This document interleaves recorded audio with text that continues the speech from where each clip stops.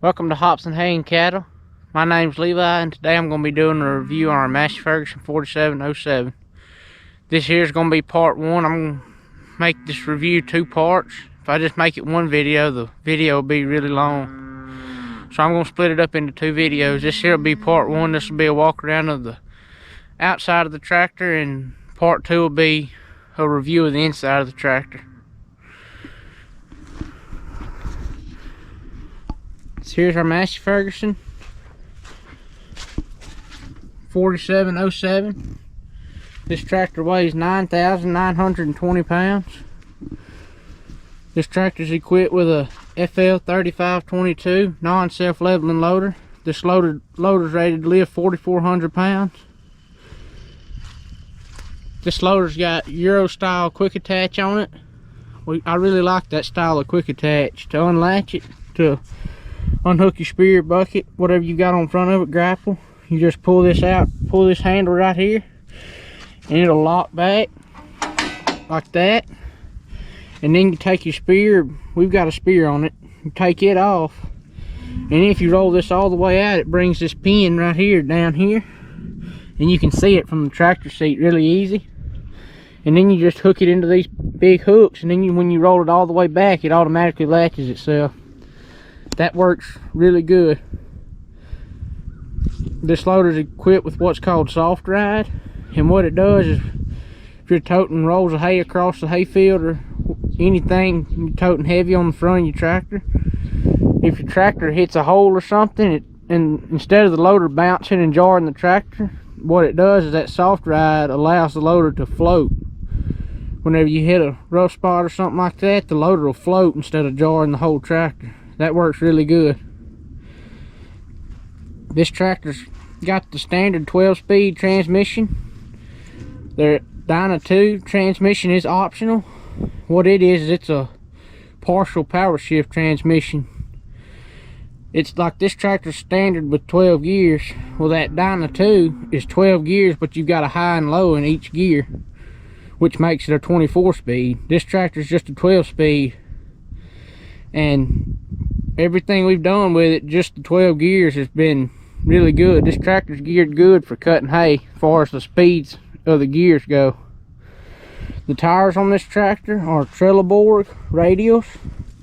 The back tires are a 18.4 R30. The front tires are 13.6 R24.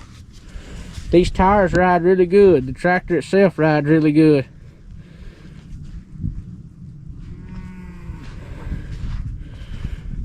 Right here's your rear view mirror, big mirror. You can see good out of it. It's got one on each side of the cab. This little knob right here, you can loosen it up and you can slide this mirror out. It'll slide out almost the whole length of this arm. And then you just tighten it back down and it'll extend your mirror out.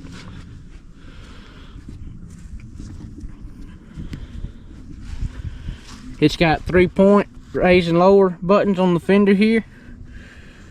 These buttons have to be activated, and sometimes they work and sometimes they don't. Now, I may not be activating them right, but that's not a problem for us, because whenever we're hooking stuff up, there's more than one of us. So one of us is in the tractor and the other one's hooking up implements. This here's your tail lights. There's your hazard lights. Same way on both fenders. This tractor's standard with a rear windshield wiper. Right there is where your air filter is for your air conditioner.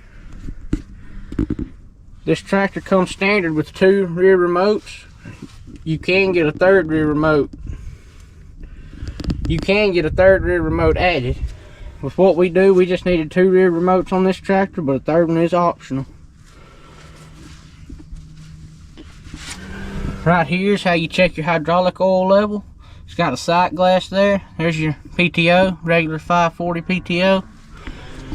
This tractor does have 540E. As you can see right there, you just shift it with this knob right here. You pull that black knob out and you can shift it. We leave it in 540E because we leave this tractor in 540E most of the time. We pull our 10-foot coon hay cutter with it, and this tractor pulls that hay cutter with no problem in 540E. What 540E does is, like standard regular 540 on this tractor, in order to spin the PTO 540, you have to run the engine RPM about 2,000 RPM. Well, when you put them in 540E, your PTO, well, when it's spinning at 540, your engine's only having to run 1,600 RPM. And running the engine at lower RPM like that, it burns less diesel. So you don't burn as much diesel in a day. This tractor burns about 1 to 1.5 gallons per hour. That's the average on, I think it's got 375 hours on it. That's the average on the 375 hours is about anywhere, it averages I think like 1.3 gallons per hour. Here's your rear work lights, one on each side of the cab. The lights on the back of the cab work pretty good. They don't light it up near as good as the front of the tractor does. But they do work pretty good. The 3-point lift capacity on this tractor is 4,800 to 9,200 pounds. These lift cylinders on this tractor are huge. You can see how big that cylinder is there. That's every bit of 3, maybe 4 inches. Both cylinders are like that. Here's where you put your washer fluid for the tractor. This tractor's got this style of a link arm adjustment. It's the kind you have to pull this pin out and you set your arm to whatever you want it at, and then you have to screw this in and out to get them 2 holes to line up. I don't particularly care for this style. When they first started making these tractors, they made the style where you had a bunch of holes here and you could just select one of them holes. I wish they would have kept them that style. Maybe this style's stronger, I don't know. But I wish they would have kept them that style. There's your 3-point raise and lower buttons on your right fender too. It's got them on the left and the right fender. Here's your mirror on this side. You can adjust it the same way as I showed you on the other one. Right here is where your loader hydraulic lines hook up. So if you want to unhook your loader, you unhook these 4 hoses right here. I have seen videos where people said these were hard to unhook. We've never took the loader off of this tractor, so I don't know. So I don't know if that's a problem with this tractor, but they say these couplings here to hook these up are hard to unhook. They're not hard to unhook, but they're hard to hook back up. They get pressure on them and they won't hook back up. These 2 lines here run the 3rd function on this tractor. This tractor's got a live 3rd function on it. Most Massey Ferguson tractors have a diverter valve as the 3rd function. Well, the dealer put a live 3rd function on this tractor. There's a rocker switch on the joystick in there that controls that. I'll show y'all that in the next review of the cab. Down under here, as you can see, there's a big opening under there. That's where your DEF system would go on the next size up from this tractor, which is a 4708. That's when Massey Ferguson has to start applying DEF to their tractors. This tractor does not require regen or DEF or anything. Most 70 horsepower tractors from 70 horsepower below don't require DEF, but they require a regen. This tractor does not regen or anything. You just put diesel in it and go. We really like that with this tractor. And even on the bigger models up from this tractor, they do require DEF, but they don't require regen. There's plenty of videos out there on how that works. But bigger tractors than this one on Massey Ferguson do not require regen. Like I think it's all other brands require regen. This tractor's got loader lights, one on each side. There's your hood lights.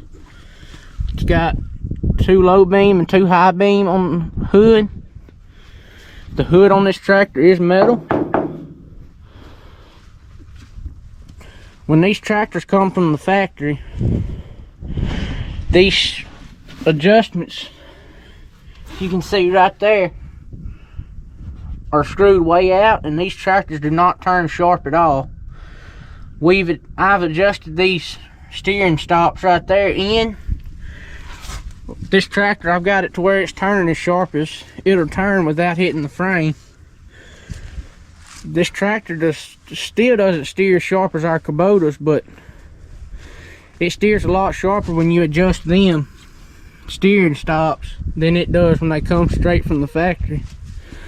And when we're cutting hay, we like them to steer as sharp as they can. When you're turning your corners and all that, the sharper they steer, the easier it is to cut around trees and stuff. This tractor does steer pretty good though. It's not, I've seen worse for sure.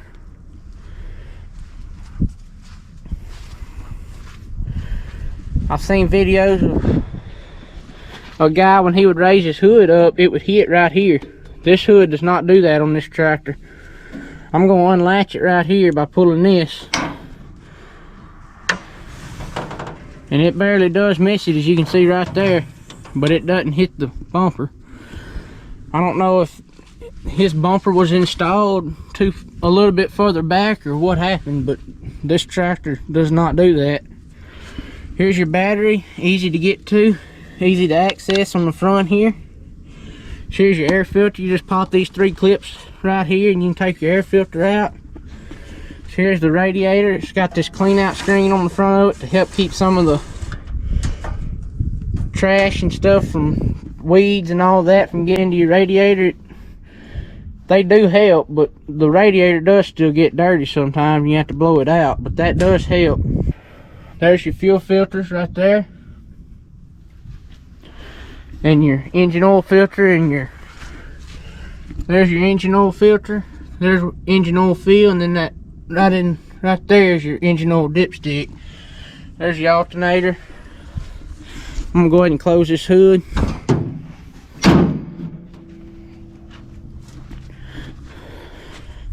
They put these little caps on these loader pins, as you can see there. Helps keep all the dirt and trash out off of your grease fittings. They're all like that, and all these grease fittings are in the loader pins like that. The only ones that ain't are these right here. There's one on each side, and there's still a grease fitting in here too, I'm pretty sure. Yeah, there's a grease fitting in there too. But the rest of the grease fittings are all in the end caps here. All in the outside of the pins, easy to get to.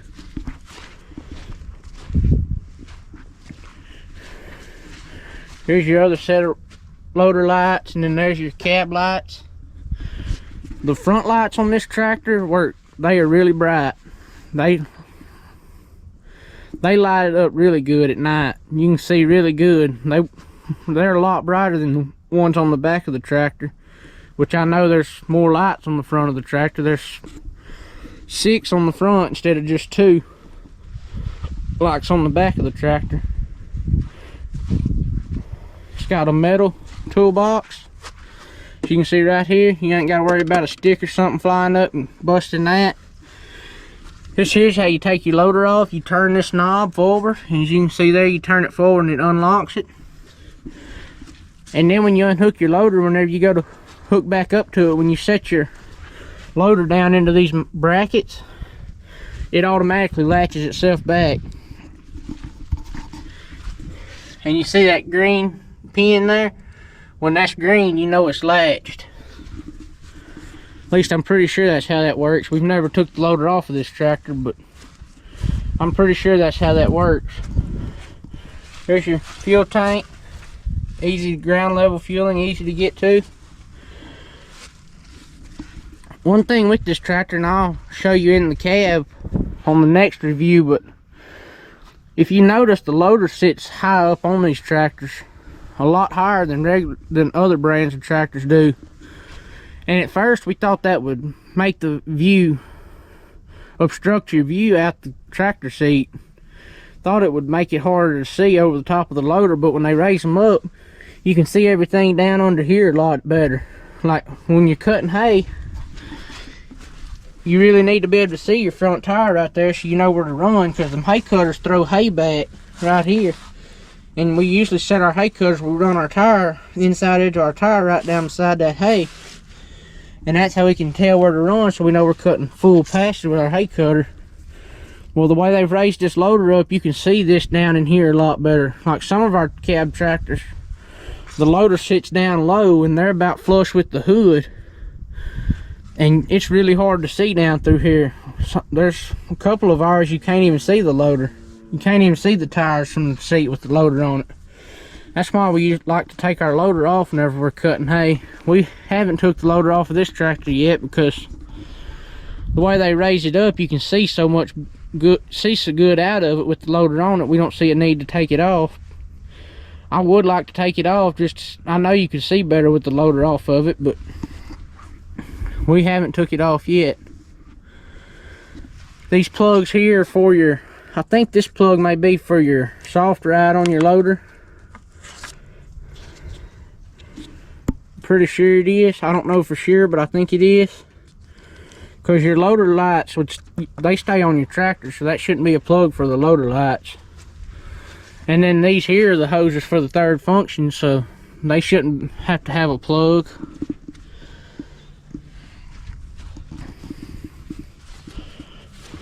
We did have a loader valve go bad on this tractor, and what it was doing is when you was toting a roll of hay, or just say you was toting a roll of hay on the front, it would slowly, the spear, if you rolled it all the way back, it would slowly start rolling out, and the tractor couldn't keep hydraulic pressure to keep it rolled back.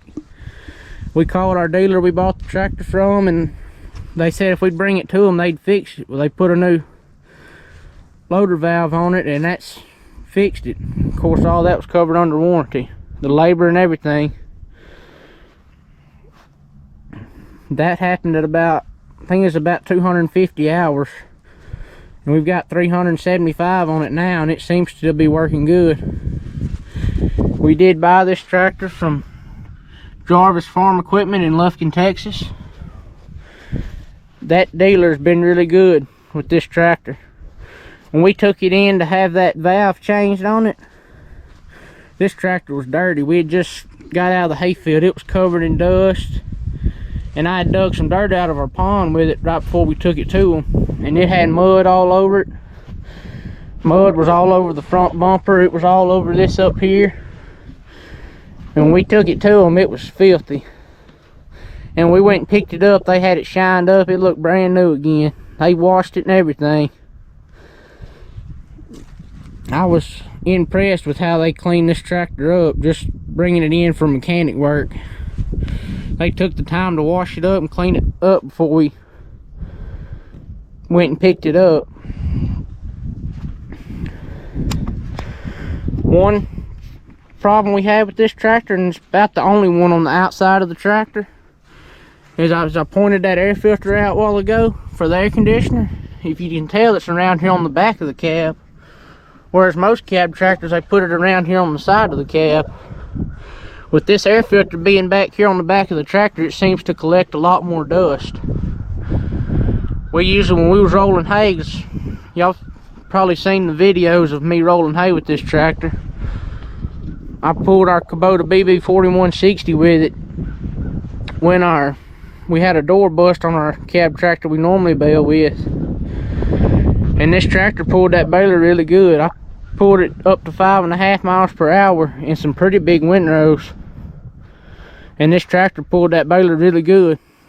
It's only be 70 horsepower.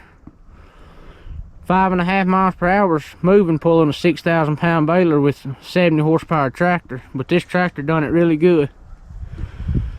Back to the filter. Baling hay is really dusty, and it being around here on the back of the tractor, it seemed to collect a lot more dust.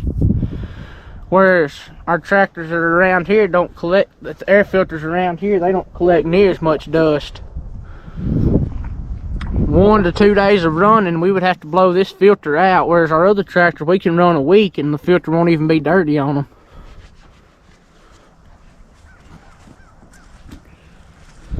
But that's about the only thing with the outside of this tractor.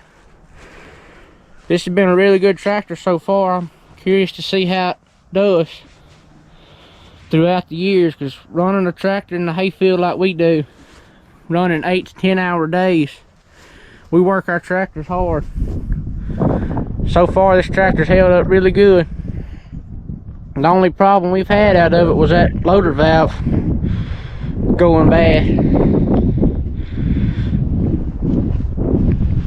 But that's all for this review. Hope this review helped. Thank y'all for watching. Please like, comment, subscribe, and stay tuned for part 2 of the tractor review.